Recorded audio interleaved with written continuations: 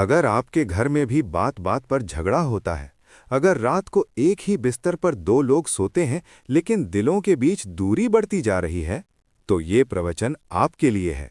क्योंकि आज से 2500 साल पहले एक पति और एक पत्नी ठीक आपकी तरह हर दिन लड़ते थे। वे कहते थे, हम साथ रहते हैं लेकिन शांति नहीं है। और वे पहुंचे गौतम बुद्ध के पास। बुद्ध ने उनकी कहानी सुनी और फिर ऐसा वाक्य कहा जिसने उनका नहीं, हजारों साल बाद हमारा भी जीवन बदल दिया। बुद्ध ने कहा, तुम जिस व्यक्ति से सबसे अधिक प्रेम करते हो, उसी से सबसे अधिक अपेक्षा करते हो, और वही अपेक्षा तुम्हारे दुख की जड़ बन जाती है। सोचिए, अगर प्रेम ही दुख का कारण बन जाए तो गलती कहाँ है, सामने वाले में या हमारी सोच में? आज का ये प्रवचन पति पत्नी के झगड़े को जीत हार नहीं, समझ में बदल देगा। अंत तक सुनिए, क्योंकि अंत में बुद्ध का वो वचन है जो टूटते रिश्तों को भी शांत कर देता है। प्रिय मित्रों, आज मैं आपको एक ऐसे पति पत्नी की कथा सुनाने जा रहा हूं जो एक दूसरे से बहुत प्रेम तो करते हैं, लेकिन फिर भी उनका जीवन कष्टों से भरा है। उनके घर में हर दिन झगड़ा होता है, कभी शब्दों से, कभी मौन से और कभी अहंकार से। पत्नी कहती है, मैं सब कुछ करती हूं, फिर भी मेरी कद्र नहीं। पति कहता है, मैं मेहनत करता हूं, फिर भी मुझे समझा नहीं जाता। दोनों सही हैं और फिर भी दोनों दुखी हैं। एक दिन अत्यधिक पीड़ा से परेशान होकर वे दोनों भगवान गौतम बुद्ध के पास पहुंचे। पत्नी ने कहा, भगवान, मेरे पति मुझे दुख देते हैं। पति बोला, भगवान, मेरी पत्नी मुझे चैन से जीने नहीं देती। बुद्ध मुस्कुराए। उन्होंने कोई प्रश्न नहीं पूछा। उन्होंने केवल इतना कहा, दुख दूसरे से नहीं होता, दुख हमारी अपेक्षाओं से होता है। मित्रों, यही बुद्ध का पहला सत्य है। हम जिस व्यक्ति से प्रेम करते हैं, उसी से सबसे अधिक अपेक्षा करते हैं, और जब अपेक्षा पूरी नहीं होती, तो प्रेम धीरे धीरे शिकायत बन जाता है। बुद्ध ने कहा, जहां अपेक्षा है, वहां क्रोध जन्म लेता है, और जहां क्रोध है, वहां करुणा मर जाती है। पति पत्नी एक दूसरे को सुन रहे थे, लेकिन पहली बार अपने मन के भीतर। बुद्ध ने आगे कहा, तुम दोनों एक ही नाव में बैठे हो, लेकिन एक दूसरे को दोष देकर नाव में छेद कर रहे हो। मित्रों, ये जीवन भी एक नाव है। अगर पति पत्नी एक दूसरे को हराने की कोशिश करेंगे, तो जीत किसी की नहीं होगी, डूबना दोनों का निश्चित है। बुद्ध ने उन्हें एक सरल अभ्यास बताया। जब क्रोध आए तो उत्तर मत दो। जब उत्तर देने की इच्छा हो तो मौन साधो, क्योंकि क्रोध में बोले गए शब्द तीर की तरह होते हैं, छूटने के बाद वापस नहीं आते। पत्नी की आंखों में आंसू थे, पति का सिर झुका हुआ था। बुद्ध ने कहा, प्रेम का अर्थ अधिकार नहीं, प्रेम का अर्थ है स्वीकार। यदि तुम अपने जीवन साथी को बदलना चाहते हो, तो पहले स्वयं को समझो, क्योंकि जो स्वयं को नहीं समझ सकता, वो किसी और को कभी नहीं समझ सकता। मित्रों, यही है गौतम बुद्ध का पहला संदेश। दुख का कारण बाहर नहीं, भीतर है। गहरी शांति। प्रिय आत्माओं, जब पति और पत्नी बुद्ध के समीप बैठे थे, अब उनके बीच शब्द नहीं थे, केवल सुनने की तैयारी थी। बुद्ध ने नेत्र बंद किए और धीमे दिव्य स्वर में कहा, जिस दिन तुम सही होना छोड़ दोगे, उसी दिन तुम्हारा संबंध जीवित हो जाएगा।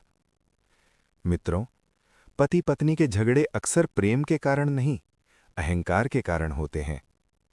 मैं सही हूं, तुम गलत हो, यही दो वाक्य दो आत्माओं के बीच दीवार बन जाते हैं। बुद्ध बोले, अहंकार आग है और संबंध घास की तरह है। यदि आग को ही पोषित करोगे तो घास जल जाएगी। पत्नी ने पूछा, भगवन, इतना सहने के बाद भी मन में कड़वाहट क्यों रह जाती है? बुद्ध ने उत्तर दिया, क्योंकि तुम क्षमा करते हो लेकिन भूलते नहीं। क्षमा जब तक स्मृति से मुक्त ना हो, वह केवल समझौता होती है, मुक्ति नहीं। मित्रों, बुद्ध ने कहा, सच्ची क्षमा दूसरे को नहीं, अपने हृदय को मुक्त करती है। फिर बुद्ध ने पति से पूछा, जब तुम क्रोधित होते हो तो वास्तव में तुम किससे लड़ रहे होते हो? पति मौन रहा। बुद्ध बोले, तुम अपने भीतर की असफल अपेक्षाओं से लड़ रहे होते हो। हम जीवन साथी को वैसा बनाना चाहते हैं जैसा हमने कल्पना की होती है, और जब वह कल्पना टूटती है तो प्रेम नहीं, क्रोध प्रकट होता है। बुद्ध ने दिव्य उपदेश दिया, प्रेम वह नहीं जो तुम चाहते हो, प्रेम वह है जो है, उसे स्वीकार करना। प्रिय आत्माओं, विवाह में हर दिन एक अवसर होता है। या तो तुम अहंकार चुनो या करुणा। बुद्ध ने अंतिम साधना बताई, सोने से पहले अपने जीवन साथी के 3 गुण याद करो और मौन में धन्यवाद दो। यह अभ्यास हृदय को धीरे धीरे कोमल बना देता है। बुद्ध ने कहा, जिस घर में कृतज्ञता है वहां ईश्वर को आने में देर नहीं लगती। पति और पत्नी की आंखों से आंसू बह रहे थे, लेकिन अब वे दुख के नहीं थे, वे बोध के आंसू थे। बुद्ध ने आशीर्वाद दिया, ओम शांति। अपने भीतर दीप जलाओ, तुम्हारा संबंध स्वयं प्रकाश बन जाएगा। यदि आप चाहें, मैं आगे बना सकता हूं। प्रिय आत्माओं, अब पति और पत्नी बुद्ध के सामने प्रश्न लेकर नहीं आए थे, वे खाली होकर आए थे। बुद्ध ने कहा, जो खाली हो जाता है वही भरने योग्य होता है।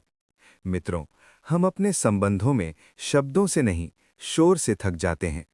हर उत्तर, हर सफाई, हर तर्क मन को बोझिल कर देता है।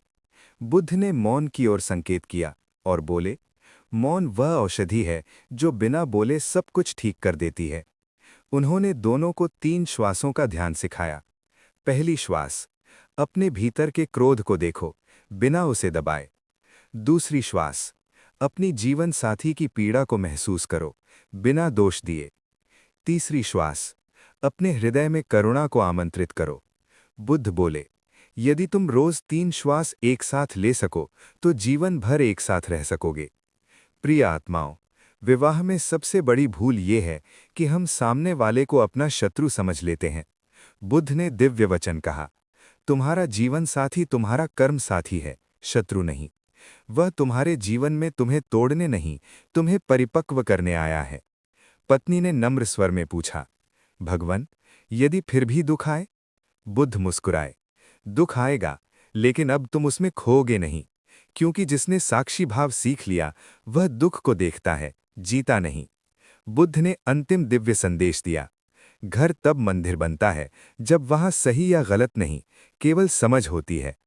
उन्होंने दोनों के सिर पर हाथ रखा और कहा, ओम शांति।